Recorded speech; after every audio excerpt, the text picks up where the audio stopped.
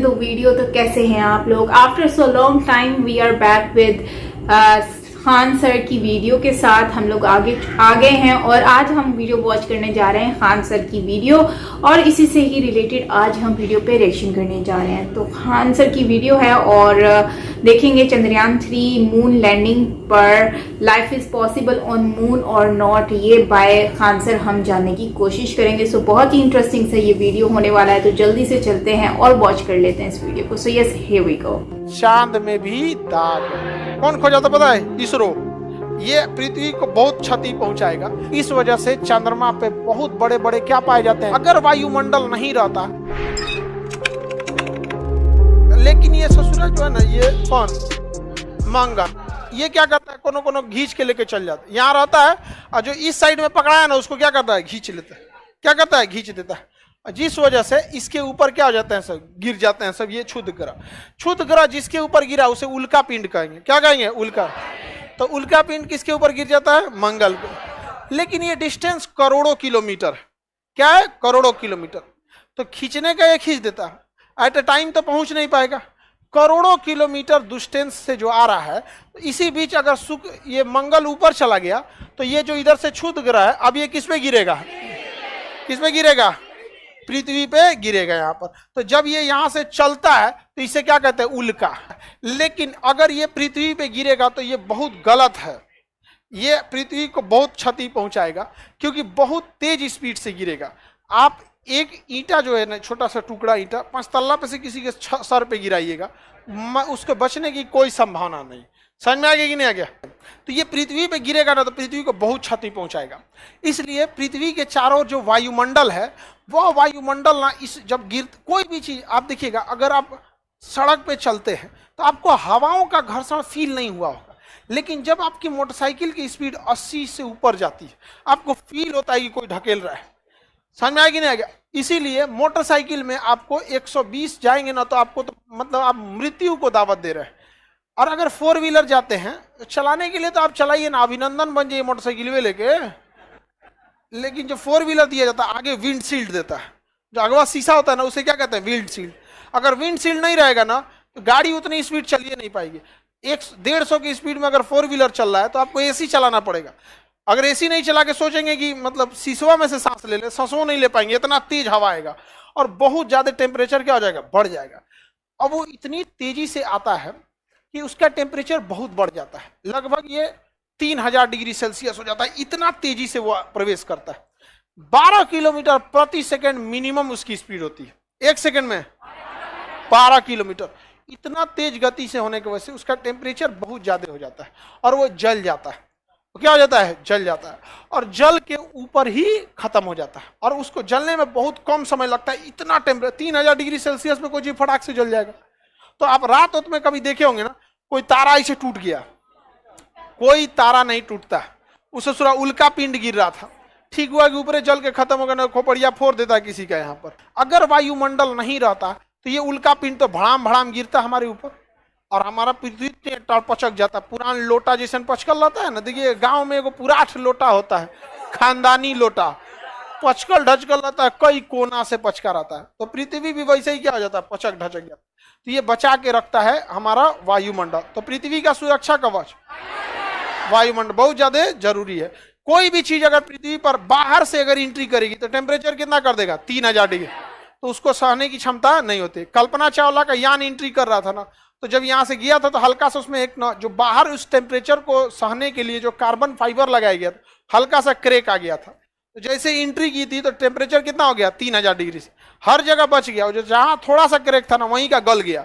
अब वहां का गला हुआ धीरे धीरे करके सब क्या हो गया? ब्लास्ट कर गया।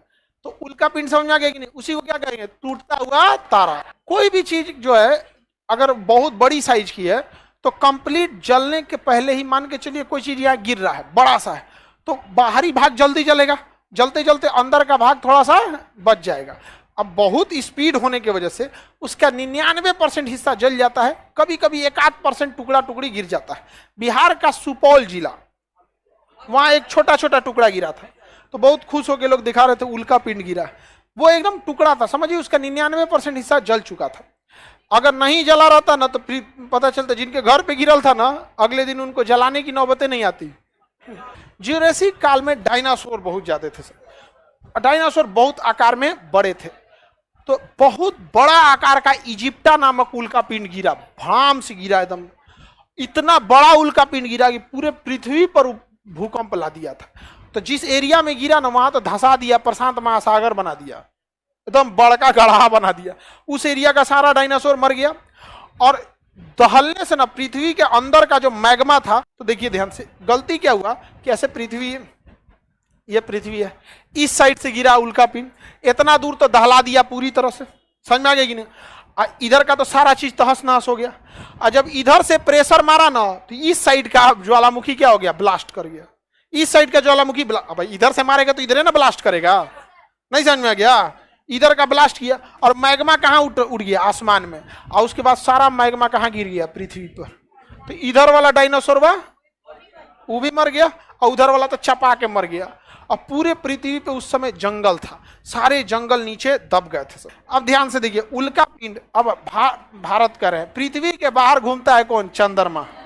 पृथ्वी के बाहर चंदा मामा कौन घूम रहा है। अब बता बबुआ, इस चंद्रमा के पास क्या कोई वायुमंडल है? कोई भी बेचारे के पास वायुमंडल नहीं है। अब जो उल्का पिंड गिरेगा चंद्रमा पर, कोई बचाने वाला है? तो चंद्रमा पर उल्का पिंड गिरता है तो उसे बचाने वाला भी कोई नहीं आता है। इस वजह से चंद्रमा पे बहुत बड़े बड़े क्या पाए जाते हैं, गड्ढे। उन्हीं गड्ढों में प्रकाश अंदर तक नहीं पहुंच पाता है, तो जिसे कहते हैं चांद में भी दाग है। चांद में भी दाग है, समझ में आ गया कि नहीं आएगा? किसी को दिक्कत हो बताइए। चंद्रमा पर उल्का पिंड ज्यादा गिरा होगा कि नहीं होगा? तो चंद्रमा पे गढ़ा गुड़ई है कि नहीं है? गढ़ा गुड़ई है, बहुत ज्यादा गढ़ा गुड़ई है। चंद्रमा पे एक से एक क्रेटर गढ़ा पाए जाते हैं। तो उल्का पिंड से बनने वाले गढ़ा को हम क्या कहते हैं, क्रेटर। क्या कहेंगे, क्रेटर कहेंगे। क्या कहेंगे, क्रेटर कहेंगे। किसी को कोई दिक्कत नहीं ना? उल्का पिंड तो समझ में आ गया आप लोग को। चांद हटा दे,